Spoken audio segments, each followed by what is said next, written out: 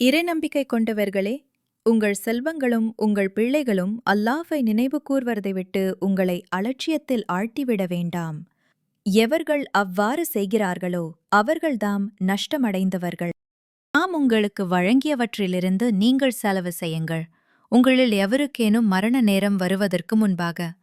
மேலும் அந்த நேரத்தில் அவர் கூறுவார், என் அதிபதியே, நீ எனக்கு இன்னும் சிறிது காலம் அவகாசம் அளிக்கக்கூடாதா? நான் தான தர்மம் செய்வேனே, நல்லோர்களில் ஒருவனாகி விடுவேனே.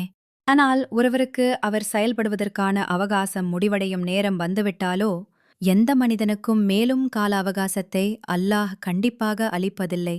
மேலும் நீங்கள் என்னென்ன செய்து கொண்டிருக்கின்றீர்களோ அவற்றை அல்லாஹ் நன்கறிபவனாக இருக்கின்றான்.